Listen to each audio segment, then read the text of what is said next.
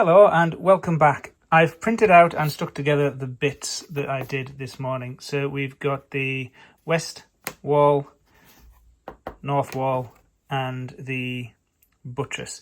Let's take a moment and look at this buttress. So like I explained in the last video, it's made of 3 layers of card, but because it's got a top on which runs in the opposite direction to the layers, I've added that as a separate bit on top. I've also added that little triangle there, which you should just be able to work out and see. So that is ready to have its texture put on, and I think it's about the right profile. It's really difficult at this really small scale to get it exactly right, but it's okay, I think.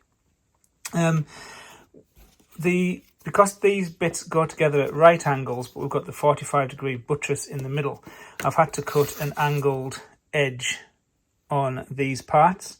Now, I've shown how I do that on my videos before. I basically just use this first one that I did worked absolutely fine. I've taken a right old curved chop out of that. Now, my brain is telling me that I probably should redo that. But first of all, before I try it, I'm going to try and just see what happens when I put the texture on. I think the texture will go over it slightly and I'll be able to fill in the gap with a little bit of card or something. The texture ready to go. So with the texture, when I do it like this, because it runs from the east round the 45-degree buttress and then onto the north, west 45-degree buttress, north, I do it all together like this so that the brick course or the stonework course runs all the way along. So hopefully you should see consistency along there, round the buttress and then along there. Because sometimes it's really obvious to see when bricks don't join up properly. And to get this also joining on from the aisle, I took the texture from the aisle, placed it next to this one and then just moved it along. And I'll put a screenshot of me doing that on top of this so you can kind of understand what it was that I did.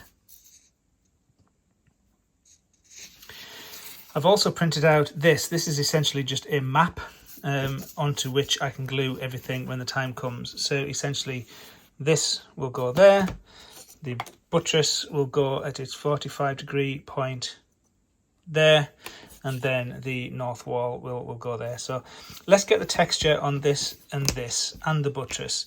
Once these have all got textures on, I can then join them together on this little plan, and then I think we're done. So whilst I'm cutting out this texture, I've got a question this morning from Jeff Piper. So first of all, Jeff, thank you for being a channel member. That means a lot to me. Your support really helps. But you asked a specific question about my texture paper looking quite thick. So what I do is I use 120 GSM ProJet matte photo paper for my textures.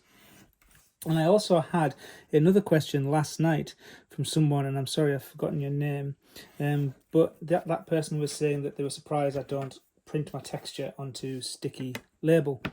Now I've actually made an entire video about this, and I'll put a link to it in the description of this video, all about the various pros and cons of the different types of paper. I use this photographic paper for a couple of reasons.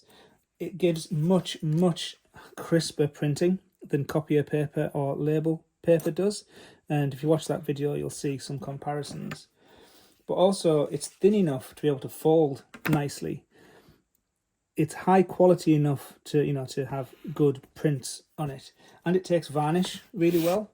The ink, once it's on this paper, tends to stay water fast, or at least enough to be able to take brushed on varnish, and that is a really useful thing. So it's a great paper. Have a look in the video. In fact, I'll put 2 videos on. There's another video that tells you where I buy it from and everything, so I'll do that as well. So to dress this tiny part with texture, it is just a case of applying a little bit of glue and then taking the piece. So this is a tiny piece of the buttress. It is 3mm wide by about 6mm tall, 7mm tall maybe. So I can't do it one-handed with my left hand whilst holding the camera, but this literally just goes on there, and then I work my way around the buttress, as you can see, just applying texture as I go. So that's the buttress done so far. It needs that top bit. I'll do that next time I'm printing some texture. And it also needs its little caps on the bits that stick out. So there's this, once it's finished with all the extra bits on, I think I counted about 25 different components go together to make it. And it is tiny. So a lot of time gets spent on these little bits, much more than the big bits that I like working on, or I worked on earlier. So here's the texture on the northern wall, ready to have the windows cut out. But you can really see the mess I made of that edge. Look at that, it's perfect at the top there, and then it goes down by, that must be 1 millimetre, maybe even 1.5 millimetres. That is just shocking. I couldn't have done any worse if I tried. But I think with that hanging over, that'll give me some wiggle room to get the buttress in at the 45 degrees angle. And then I can, once it's in place, I can pop a little sliver of card down the back of it just to give it a little bit of strength. I don't think I need to remake the whole component again. Okay, so it's time to glue all this lot together. I've got the template and I'm going to glue the buttress into place first. So that I know that it's upright, I'm going to use an engineer's square to hold it in the right place. So we'll do something like that. And then we'll let that glue set for a minute or two. And then we'll take the two pieces and get them into place. And I'll use a set of square to make sure that they're upright as well. And then that should be it. That goes together quite nicely. I think. I'm not quite sure that I've got the lining up of the bricks as perfect as I wanted, but yeah, it's close enough, I think. Might be 1/3 of a millimetre in it or something. I think it'll look all right. And then hopefully we'll get the other side on as well, which should work.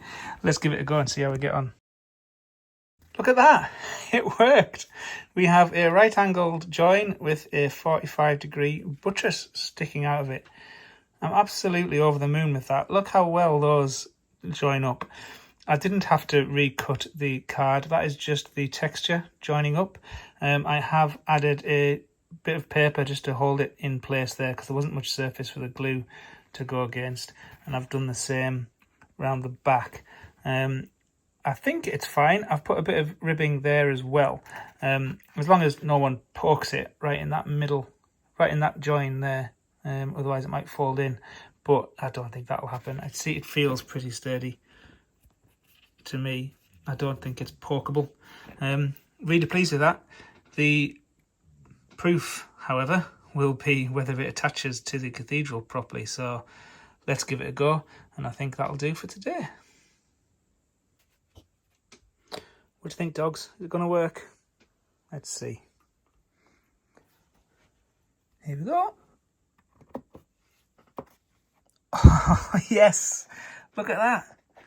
It's in the exact right place there. Look how nicely that joins up to there. And what about here? Yeah, I think that's fairly good. What if I might just need to press those together a little bit, but that is absolutely spot on. There we go, that's not bad, is it? That's gone on quite nicely. Really pleased with that. Doesn't need any extra work, doesn't need any bodging or fettling. I think it's looking good. So it's been a good day.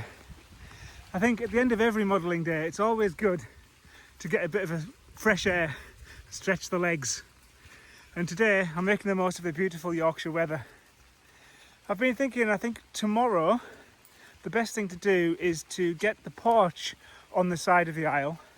That will give me the full footprint of the building. And I might actually make the porch in its entirety. After that, I'll get the 1, 2, 3, 4, 5 remaining buttresses in place. And then I can do the plinth right along the bottom. I think there's 2 or 3 layers, similar to what I did on the aisles. So that'll be tomorrow's plan. If I can get all that done, I've got the distance entire... 1.5 miles, steps 3,148 steps. If I can get all of that done, I've got the entire north side of the cathedral done, ready to get the ground in place. So, back to my rainy walk. I'll see you tomorrow.